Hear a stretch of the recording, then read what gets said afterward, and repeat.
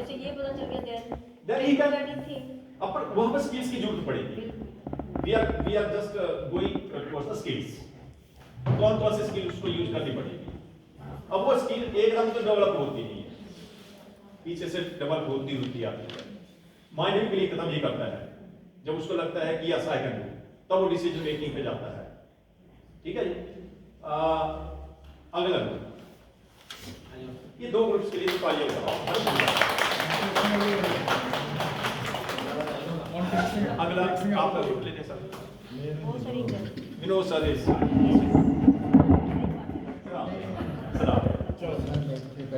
नहीं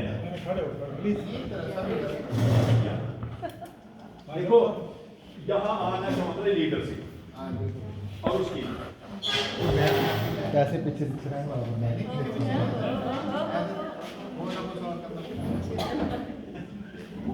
मेरा यहाँ पर है कि स्टडी मोहित है, एक लड़का है और वो एकेडमिक स्कॉलरशिप चाहता है, मेंटेन करना चाहता है अपने जीपीए। तो और उसमें पूरे सेमेस्टर में वो बच्चा जो है वो ज़्यादा ध्यान नहीं देता, पढ़ाई नहीं करता है। ये केस स्टडी टेस्ट मैनेजमेंट में भी और वो फाइनल में फुल ग्रेड जिसको टेंशन रहती है उसको बनाए रखना चाहता है स्कॉलरशिप, क्योंकि उसमें पहले से बना के आ रहा है। तो मोहित इस चक्कर में जो है वो टेंशन में आ जाता है, स्टोरेज में आ जाता है और इतना टेंशन में आ जाता है, उसमें 2 पेपर आ जाते हैं सेम डे में, तो और ज़्यादा टेंशन आ जाता है। और वो पहले तो फिर उसमें गुस्सा आना शुरू हो जाता है और गुस्से आने के बाद वो उसके बाद धीरे धीरे क्या होता है कि वो किसी से बात करना भी पसंद नहीं करता है, गुस्सा उसका बढ़ जाता है कि म्यूजिक सुनना चाहता है, परंतु वो पढ़ाई करने की तरफ ध्यान नहीं उसका जाता। पूरी रात को एग्जाम से पहले एक दिन पहले पूरी रात पढ़ता है और वो पूरी रात लाइब्रेरी में चला जाता है और उसके बाद वो अपना ब्रेकफास्ट स्किप कर देता है सुबह और अपने क्लासरूम में जल्दी कर देता और टीचर वो डिस्टर्ब मतलब टेस्ट पेपर जो होता है टीचर भी उसका कभी कुछ नहीं कर पा रहा है। तो मोहित जो है वो क्वेश्चन पेपर पढ़ता है और वो घबरा जाता है और वो उसके बाद क्या होता है कि वो कुछ नहीं कर पाता, तो काफ़ी समय तक वो बैठा रहता है, परेशान होता है और अंत में वो क्या करता है कि क्वेश्चन पेपर लेता है और बिना पेपर चला जाता है, तो अपसेट हो जाता है, नेक्स्ट एग्जाम के कुछ नहीं कर पाएगा। तो इस प्रकार से ये रेस्ट ऑफ द डे मतलब ऐसे बेड पे लेटा रहता है इस केस के साथ। तो उसके पेरेंट्स भी परेशान है। तो मेन कारण इसमें जो है, इसका जो कारण इसको रहा है, अब इसका सबसे बड़ा कारण रहा है जो हम इसकी बात कर रहे हैं, जब हम इसके मैंने बात की तो सर ने बताया कि इसमें जो स्किल चाहिए सीखना होता है और उसको अपनाना होता है और सीख कर करना होता है। तो इसमें इसका जो टेंशन है, इसका मेन कारण जो जीपीए की प्रॉब्लम है, एग्जाम स्ट्रेस है इसके अंदर, उसके बाद एंग्जाइटी उसके पास आ गई है, मैनेजमेंट की उसकी कमी आ गई। तो कारण क्या है? छात्रवृत्ति का तनाव आ गया, जीपीए का तनाव आ गया। ये तो हम स्ट्रेस मैनेजमेंट में अच्छा, हम अब इस तनाव से आने के लिए स्किल्स की जरूरत है। मैं भाई उसकी सारी बात कर रहा हूं। अच्छे प्रदर्शन का पंगा है, नींद की कमी भी प्रॉब्लम चल रही है, नाश्ता भी उसने छोड़ दिया, नकारात्मक सोच जो है उसके अंदर आ गई। तो इसमें तनाव भी आ गया, गुस्सा भी आ गया, घबराहट भी आ गई, डर भी आ गया, निराशा भी आ गई उसके अंदर। तो गुस्से से वो लड़ाई, इन कारणों की वजह से क्या कर रहा है कि गुस्से से लड़ाई करना शुरू कर रहा है, पूरी रात पढ़ाई कर रहा है, भोजन छोड़ दिया है, परीक्षा तक छोड़ दी है। तो इस सारी समस्या की जब हम बात करते हैं तो इसमें क्या गया, स्ट्रेस मैनेजमेंट इसके अंदर आ गया, टाइम मैनेजमेंट का भी प्रॉब्लम आ गई, इमोशनल कंट्रोल की प्रॉब्लम आ गई, प्रॉब्लम सॉल्विंग स्किल की प्रॉब्लम आ गई, पॉजिटिव थिंकिंग की प्रॉब्लम आ गई। तो इसको कैसे सॉल्व किया जाएगा? पढ़ाई की योजना बनानी पड़ेगी, उसको पर्याप्त नींद लेनी पड़ेगी, परीक्षा से पहले शांत कर रहना पड़ेगा, उसको मेडिटेशन करनी पड़ेगी, लंबा सांस लेना पड़ेगा और किसी से जो है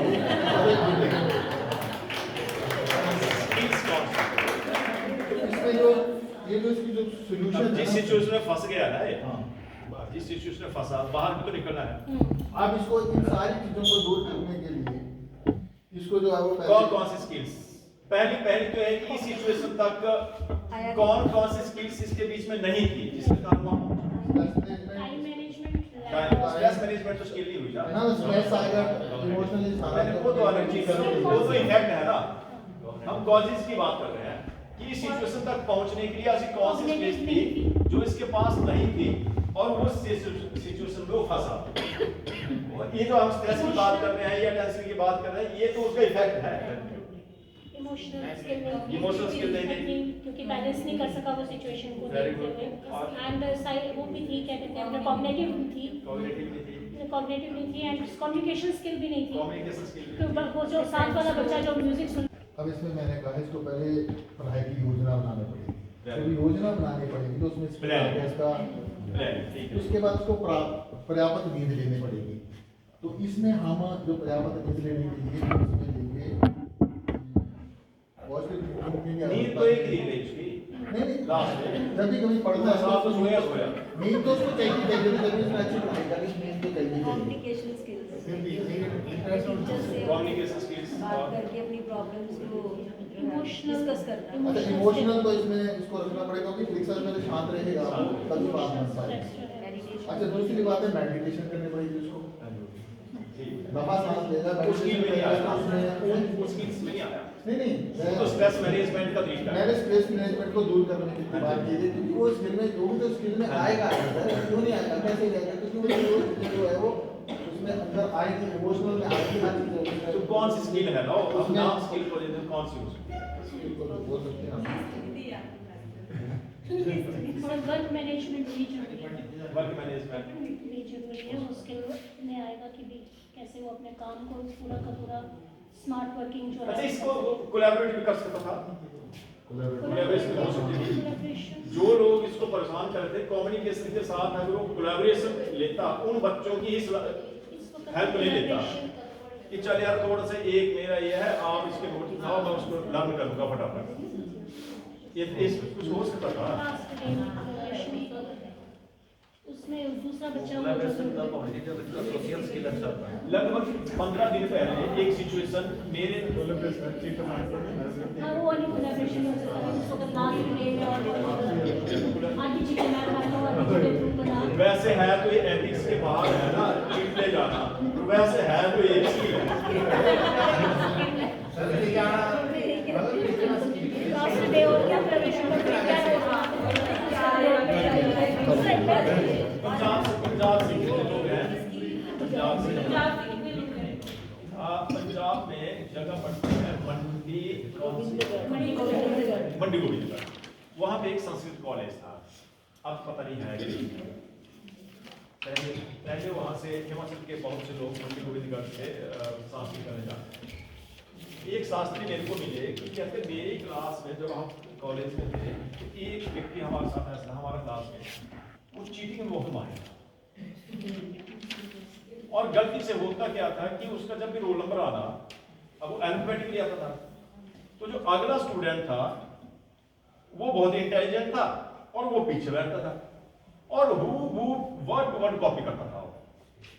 अब कॉपी करनी पकड़ तो जाता नहीं था क्योंकि तो पेपर से लिखता था, चीट तो ले जाता था। अब नंबर पूरे आते थे, जितने अगले वाले के आएंगे उतने पिछले वाले के आएंगे। स्किल की बात कर रहा हूं मैं। अब जो सीटिंग प्लान बनाते थे उनके दिमाग में क्या है कि सीटिंग प्लान को ऐसे बनाया जाए कि ये जो इंटेलिजेंट है ये सबसे आगे और उसके बाद ब्रेकअप किया जाए, सबके पीछे ले जाए दूसरी लाइन में, और वो सीटिंग प्लान वैसे बन गई। कमाल क्या हुआ कि जब उसका रिजल्ट निकल के आया तो उसके नंबर फिर उसके बराबर ही थे।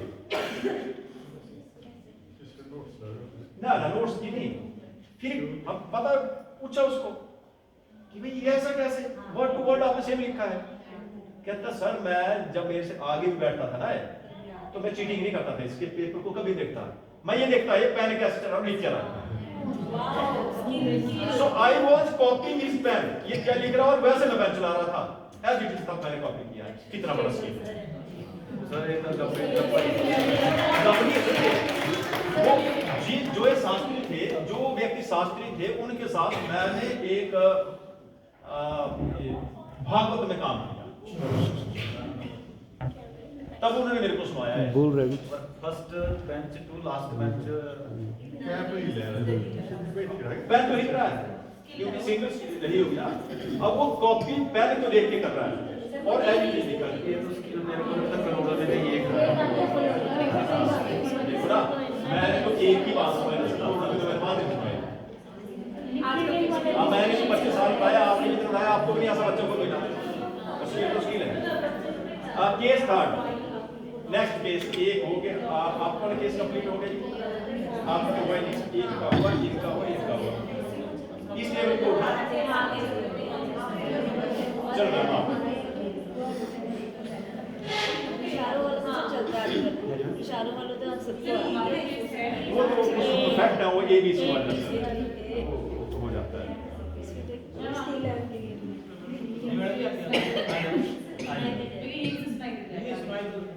नहीं यहाँ आएंगे अच्छा लगेगा, क्योंकि इनको ये तो आपको देख नहीं पा रहे, लेकिन लास्ट वाला बड़ी समस्या है। कि हम वो गाने वाला होगा सीमा कहाँ गई।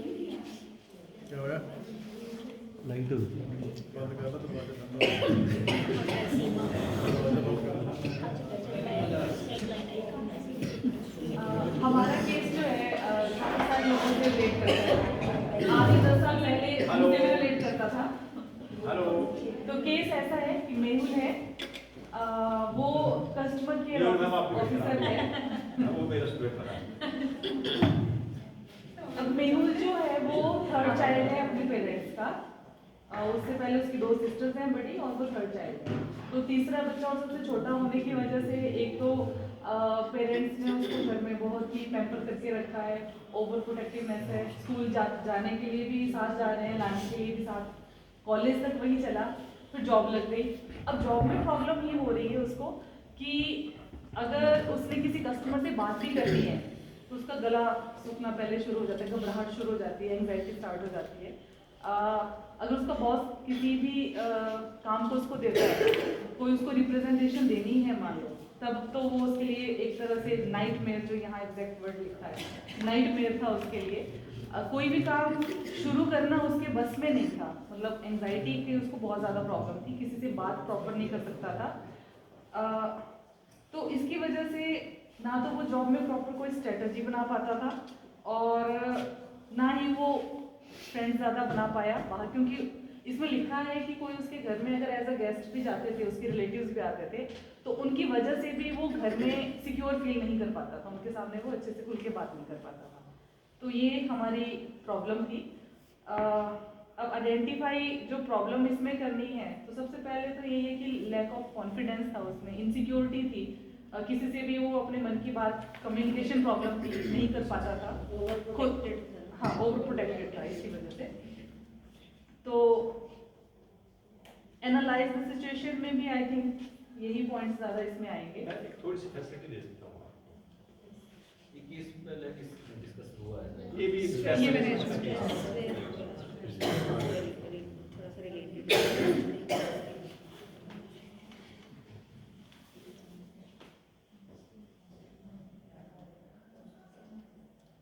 ये चल रहा है, यहाँ से आप स्केल उठा सकते हैं, इससे पीछे चलते हैं। खैर, एक मिनट,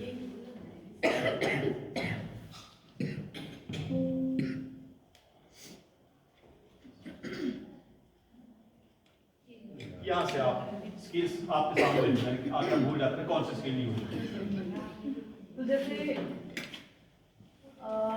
इंडिपेंडेंस अगर मैं यहाँ से उठाऊँ तो उसको इंडिपेंडेंस नहीं थी कोई भी डिसीजन लेने की, उसको जरूरत ही नहीं पड़ी। और इंडिपेंडेंस ना होने के कारण ही वाज नॉट कॉन्फिडेंट, उसका पार्ट। दूसरा part, he was not organised. तीसरा part, he never took the initiation about it, that he has to do something in the life. और चौथा, because of all these things he could not become the leader. Leadership quality हो ही चीजों तो इसमें इसके according दी है ना, ये चीजों की कमी रहती है उनको उसमें। हाँ, जो भी है जैसे इंडिपेंडेंस के 4 पोर्शन दे दिए ना सर, जैसे आप इसमें देखना कलर वाइज ऐसा रहा है, उसके पार्ट्स। मैं तो पहले जैसे पहले भी दिखाया ना, तो मैं सोच रहा था कि इसकी वजह से ये चीजें जो है तो एनहांस होती है। नहीं, अब इंडिपेंडेंस की वजह से ये चीजें उसको डेवलप नहीं हो पाई। तो उसको इंडिपेंडेंस नहीं मिली, इसलिए ये चीजें उसमें डेवलप नहीं हो पाई। आज देखते नहीं, आप स्कूलों में, आपके स्कूल में पता नहीं होता है यहाँ की नहीं होता है, बीबीएमबी के नजदीक, लेकिन हमारे स्कूल में तो ऐसा होता है कि गेट से बच्चे पहले गाड़ी से उतारेंगे, फिर उसके पापा मम्मी बैग उठाएंगे, बच्चा 5th में है, फिर वो रिसेप्शन तक छोड़ के आए, यहाँ भी है है ना। और अगर आपने गलती से अगर पेरेंट्स को ये बोलती है कि what type of the habits you are inculcating among your children, तो समझ लीजिए आपने पंगा लिया। कैसे करें? टीचर छुड़वाना मुश्किल है।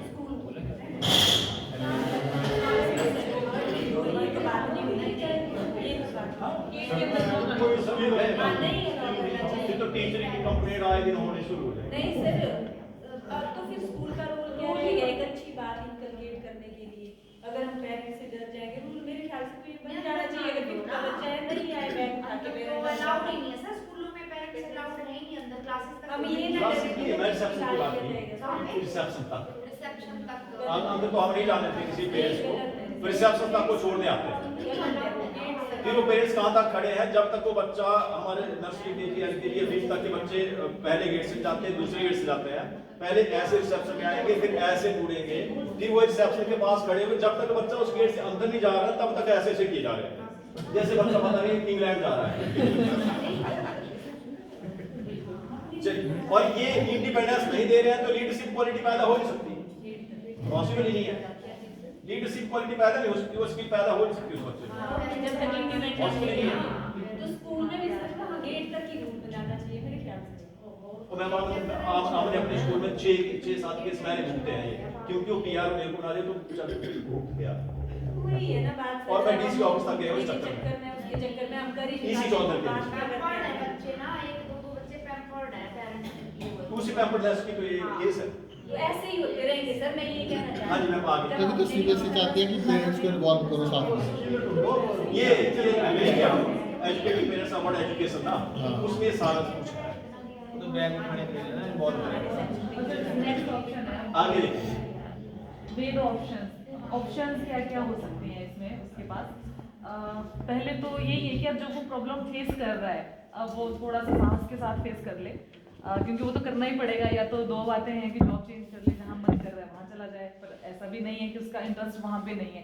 प्रॉब्लम ये है कि वो डील नहीं कर पा रहा है प्रॉपर, क्योंकि कॉन्फिडेंस नहीं है। तो डील तो तभी कर पाएगा जब धीरे धीरे खुद को ओपन अप करेगा, लोगों से 1 से 2 से 4 से जितने ज़्यादा लोगों से इंटरेक्शन करेगा उतना ज़्यादा कॉन्फिडेंस बिल्डअप होगा। और जैसे वो सोसाइटी में भी ज़्यादा सोशल नहीं है, तो आई थिंक उसको अकेले भेज देना चाहिए मैरिज अटेंड करने को या कुछ भी, जहाँ पे भी उसको थोड़ा सा भी मौका मिल रहा है। देखिए, इसको हम कहेंगे रिस्पॉन्सिबिलिटी। जी ये वाला 3 चीजें, honesty, integrity, looking after body and mind, ये तीनों चीजें उसको रिस्पॉन्सिबिलिटी जब आप देंगे। आपने अपनी क्लासेस में आप करते होगे ना कि जो बच्चा कभी पढ़ता नहीं है आप उसको केवल मॉनिटर बना देते हैं, और जब उसके बीच में देखो मॉनिटर आपने बताया तो एक चीज तो होगी, उसको एक जो रिस्पॉन्सिबिलिटी वाली जो उसकी स्किल है वो डेवलप होगी, दूसरे उसकी लीडरशिप वाली स्किल डेवलप हुई, फिर तीसरे एक चीज और पैदा हुई उसमें, that is the inquisitiveness, curiosity. Curiosity पैदा किस चीज से हुई कि यार मेरे अंदर आज तक लीडरशिप पहले से थी, ऐसा तो नहीं मैं आज लीडर बना, ये क्वालिटी मेरे अंदर थी, I was having this skill, then he will also trying to develop the other skills which are taking him ahead. होगा ना, तो रिस्पॉन्सिबिलिटी भी उसको एक स्किल हो सकती है। बाकी सर कम्युनिकेशन तो है ही है, कम्युनिकेशन तो रहेगा हाँ ही। जी। तो इस ग्रुप के लिए भी आप ताली बजाइए, और लास्ट ग्रुप जो आने वाला है उसके स्वागत के लिए भी ताली।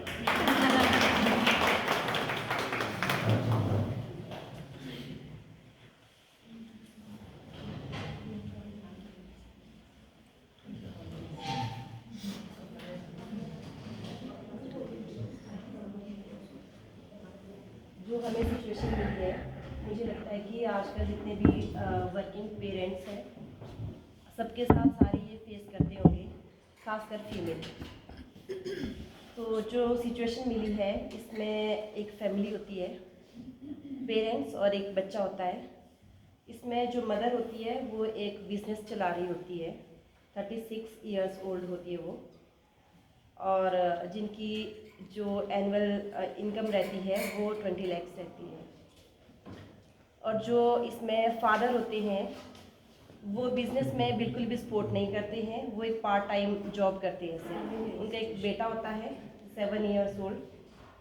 तो इसमें जो लेडी होती है वो एक मेजर अर्निंग होती है उस फैमिली का। जितनी भी फैमिली की अर्निंग आती है वो वहीं से आती है। जो पापा होते हैं वो पार्ट टाइम जॉब करते हैं, जैसे मैंने आपको बताया। जो लेडी होती है उसको फिर टेंशन रहती है कि मुझे अपने बिजनेस से जो वर्कर्स रखे हैं मैंने, उनका जो पेमेंट है वो भी उससे पे करना है और मुझे मुनाफा भी कमाना है और मुझे अपने बच्चे के लिए टाइम भी निकालना है। पर वो उसमें सक्सेस होने की काफ़ी कोशिश करती है, पर शायद वो नहीं भी हो पाती होगी। उसको काफ़ी टेंशन रहती है अपनी बिजनेस को लेके भी और अपनी फैमिली को लेके भी उसको काफ़ी टेंशन रहती है। उसके बाद वो अपने आप को बहुत ज़्यादा समझाने की कोशिश करती है कि मैं इन दोनों चीज़ों को साथ में लेके चलूँगी। और वो करते करते उसको एक बार अपने मदर की याद आती है। वो अपने मदर के बारे में सोचती है। वो क्या सोचती है कि मेरी जो मदर है उसकी जो कमाई है काफ़ी कमा तो लेती थी, लेकिन उस पैसे को यूज़ करने के लिए शायद उनके पास टाइम नहीं होता है। और फिर वो ये भी सोचते हैं कि एक बच्चे के चाइल्डहुड एज में अगर पैसा नहीं हो तो शायद वो किसी बच्चे के लिए स्ट्रेस का बहुत बड़ा कारण बन सकता है। और जो हस्बैंड होते हैं, हस्बैंड का बिल्कुल भी सपोर्ट नहीं रहता है बिजनेस में, बिल्कुल भी वो सपोर्ट नहीं करते हैं, जिसकी वजह से शायद उस लेडी के लिए बहुत ज़्यादा स्ट्रेस होता है। ये केस भी हम आपको स्ट्रेस मैनेजमेंट कर चुके हैं। अब मैंने उस दिन आपको कहा था फर्स्ट डे जब मैं आया था कि अगर आप धीरे धीरे ट्रेनिंग करते चलेंगे तो आपको एक चीज समझ आएगी कि एक ट्रेनिंग दूसरे से इंटरकनेक्टेड है। और जब 10, 12, 15 ट्रेनिंग हो जाएंगी तो आपको लगेगा पता है कि इसका सारा का निचोड़ ये कि सारी चीजें बच्चे में निकल के करनी कैसे, एजुकेशन सिस्टम तक तरफ जाना है। अभी तक तो ऐसा लग रहा है क्योंकि चलो ये मैं ले रहा हूँ ट्रेनिंग की, ट्रेनिंग जो तीसरी है आज, तो आपको इसकी इंटरकनेक्टेडनेस समझ आ रही है क्योंकि मैं डेली बता रहा हूँ। पर होता क्या है कि एक आदमी आता है फिर दूसरा आता है फिर तीसरा आता है। अगर आप उस चीज को जोड़ पा रहे हैं तो आपको बाद काफी टाइम के बाद समझ आता है कि सब एक ही तो था, एक चीज चल रही है। केस स्टडी सेम है, पहले हम उसको स्ट्रेस की बात कर रहे थे, अब उसी केस में हम स्किल्स की बात कर रहे हैं। वो काफ़ी स्ट्रेटेजीज भी बनाते हैं ताकि वो इस चीज़ से बाहर निकल सके, पर कोई भी स्ट्रेटेजी काम नहीं कर पाती है उस पर, क्योंकि बिना हस्बैंड के सपोर्ट के शायद उसके लिए बहुत ज़्यादा ये मुश्किल हो रहा था। तो लास्ट में उसने अपने आप को समझाया कि मुझे दुनिया के सामने खुश दिखना है, इन सब चीज़ों से मुझे बाहर आना है। तो वो इस तरह का था कि वो एक बॉडी तो एक ही थी और वो 2 रोल प्ले कर रही थी साथ में। वो जैसे बिजनेस में मैंने आपको बताया कि बिजनेस में भी वो इंडिविजुअली वो हैंडल कर रही थी, और जो फैमिली है वो भी बच्चे को भी जो पूरा टाइम दे रही थी, वो दोनों साइड से वही कर रही थी। तो प्रॉब्लम तो यही थी। और स्किल्स कौन सी यूज हो सकती है इसके बाद? बस बाकी हम डिस्कस नहीं करेंगे। स्किल्स क्या है? कम्युनिकेशन और टाइम मैनेजमेंट और फोकस भी हो सकता है। फोकस भी हो सकता है और रिस्पॉन्सिबिलिटी थी। हाँ जी सर। ये इंडिपेंडेंस हो सकता है। हमने आपको पिक्चर दिखाई थी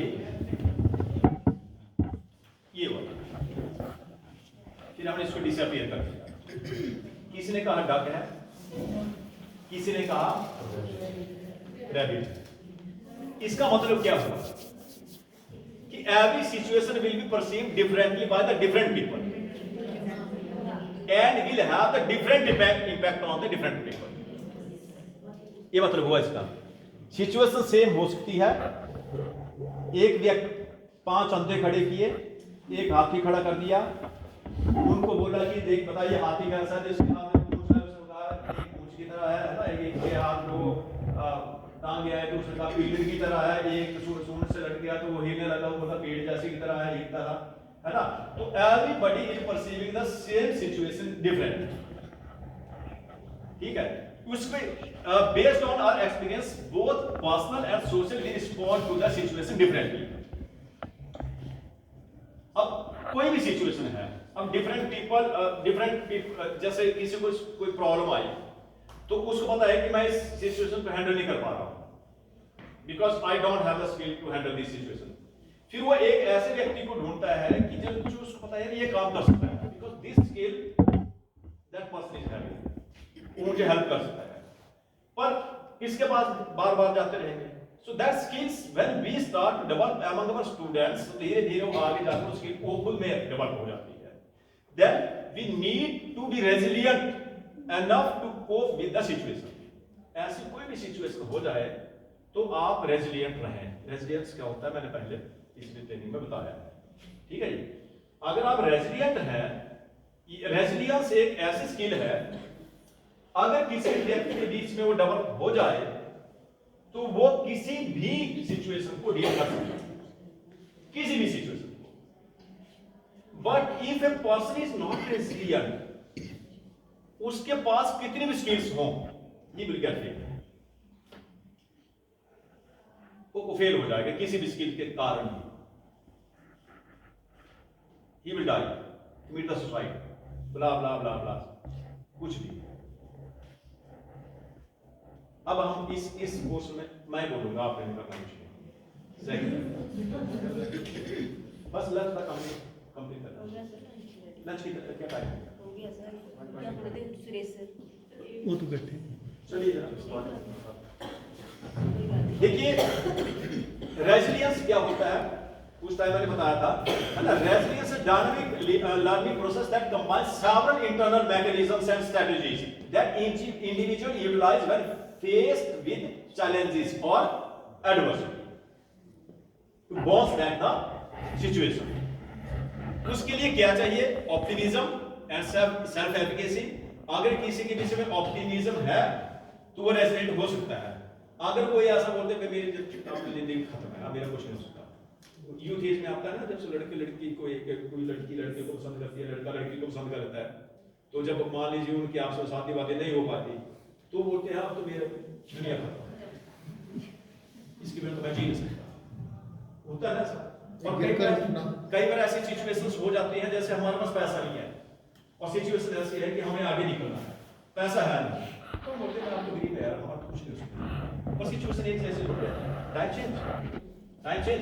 but if a person is resilient, if he is having the optimism कि नहीं यार होप तो है, कभी तो आगे निकलेंगे, कभी तो समय बदलेगा, वो रेजिलियंस की तरफ चलता है। Then empathy and connection, then emotional awareness, impulse control and flexibility and accurate thinking, ये चीजें रेजिलियंस में काम करती है। ये वो चीजें थी जो पहले थी, अब नहीं। अब न्यू जब हम 21st सेंचुरी में पहुंचे तो रेजिलियंस का मतलब बदल गया। वो क्या कहता है कि modern definition of resilience is advancing goal orientation work towards your vision. आपने विजन तैयार किया, आपका गोल फिक्स है, आप उसके बेस पे काम करें। ठीक। दूसरा कि despite be proactive, don't wait for the adversity. वहां हम कह रहे हैं कि एडवर्सिटी पिछले वाले, वहां एडवर्सिटी की बात करें, ये कहते हैं एडवर्सिटी तक पहुंचने वालों केस को वहां तक हम क्यों जाते हैं?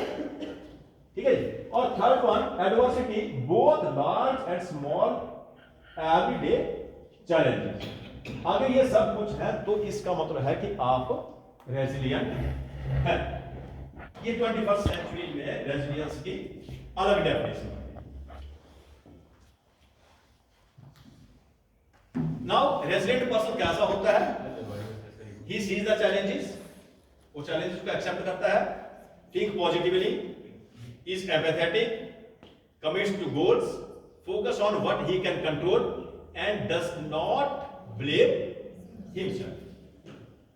अपने आप को वो ब्लेम नहीं करता जो रेजिलिएंट है। Building resilience in the students क्या हो सकता है? Build strength and promote supportive relationship. ये नहीं कि बच्चा पढ़ने में नालायक है तो उसको बोल दिया you are good for nothing, you can't do anything. मेरे टीचर ने एक ने बोला था, हिंदी के टीचर ने, I was studying in the night, तो कुछ नहीं कर सकता जिंदगी। गांव में वर्को सेंड करके काम कर रहा है, टीचर मैथ में बिलासपुर, बेटा आजकल कहाँ है? मैंने कहा सेंड नहीं, मैंने कहा 9th में आपने कहा था आप कुछ नहीं कर सकते। वो उन्होंने आपको कहा कि आप कुछ करें। अब नहीं है ना वो उस टाइम की तो बात थी, चलो मैं तो कन्फ्यूज हो गया, लेकिन आज की सिचुएशन ऐसी नहीं है। दूसरे वे में वो भी एक प्रेरणा दी आपके लिए। चलो वो तो मैंने नहीं लिखा। टीचर आप ऐसा अगर हम आप ऐसा बोलते हैं तो एचपीसी बोलता नहीं ऐसा। एचपीसी बोलता आप नेगेटिव तो कुछ बोल नहीं सकते। अब उस टाइम के टीचर्स के पिछली मेथड साल साइकोलॉजी पे इतना काम नहीं हुआ था, अब साइकोलॉजी पे बहुत काम हो रहा है। Then focus on the autonomy and responsibility, then create opportunities for the personal challenges and focus on managing emotions. ये बच्चे में हम डेवलप करें, then the student can be made resilient. Dealing with the situation, जो हमने ये 5 cases discuss किए, it means perceive the situation in a right manner and understand your feelings associated with it. Then use your internal mechanism to deal with the situation directly. Then take your time in arriving at decisions. Be aware of the consequences it might have on you if it is a big decision, and anticipate life changes and plans to prepare for the change whenever possible. मतलब वो पहले एक proverb हम use करते थे ना कि prepare for the best and be ready for the hope for the best and be prepared for the worst, है ना? तो ये anticipate the life changes and plan to prepare for the change whenever, and be conscious of your personal limitations before you feel emotionally depleted or get lifestyle diseases. Key messages सारी से क्या निकल के आते हैं कि many life skills are required to manage the situation effectively. एक life skill एक सिचुएशन से निकलने के लिए हमें काम नहीं करती, डिफरेंट स्किल्स आर नीडेड, जो पीछे हमने केस स्टडीज में देखा। Then a combination of the life skills help in identifying the problems and analyzing the situations. An effective solution calls for the planning on the basis of the facts, controlled and making informed, appreciate choices, and empower with skills. Individuals are able to take the decisions based on the logical process. Then what to do, why to do, how to do, and when to do. अगर ये सीख गया व्यक्ति तो इसका मतलब he is a skillful person. He is a skillful person. मैं एक ना मूवी का एक क्लिप देख रहा था, बहुत पुरानी मूवी लग रही थी मेरे को। उस मूवी में एक इंडस्ट्री है और इंडस्ट्री की मशीन खराब है। अब वो इंजीनियर बड़े दूर दूर से लेके आए ठीक करना, और साथ कई लाख रुपए खर्चा भी है। अब आते थे इंजीनियर आते थे, अपना काम देखते थे कि हमारे पास का काम। अब उनके पास स्किल्स भी थी, वो स्किल्स काम नहीं कर रही।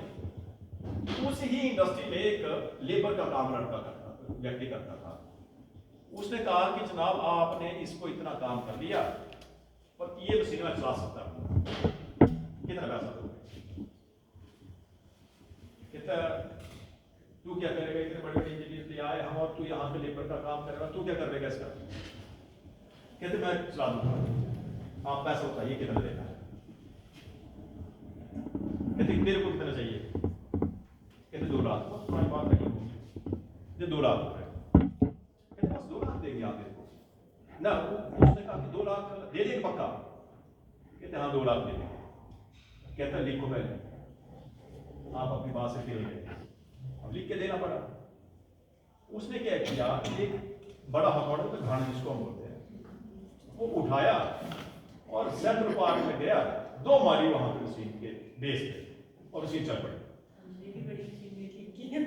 मशीन चल पड़ी। अब वो कहते मेरे पैसे दो, 2 लाख रुपए। अब मैनेजमेंट कहती है 2 हथौड़े मारने के लिए तो 2 लाख रुपए दे दे। कहते हैं कमाल है, मेरे पास सर्टिफिकेट नहीं है, डिग्री नहीं है, तो इसका मतलब ये नहीं कि मैं काम खाली हूं। डिग्री वाले लाए, आप क्या किया? They were not the skilled people. I don't have that degree but I am the skilled person. आपकी फुल मशीन चला के दिखाई दे, तो मीन्स व्हाट टू डू, करना क्या है, why to do, when to do and how to do, ये concept clear हो जाए तो हम कामयाब हैं। इसका मतलब बच्चा कामयाब हो गया। वो लास्ट में आपके पैर सुनने जरूर आएगा जब कामयाब हो गया। ठीक है जी, अब चले ना।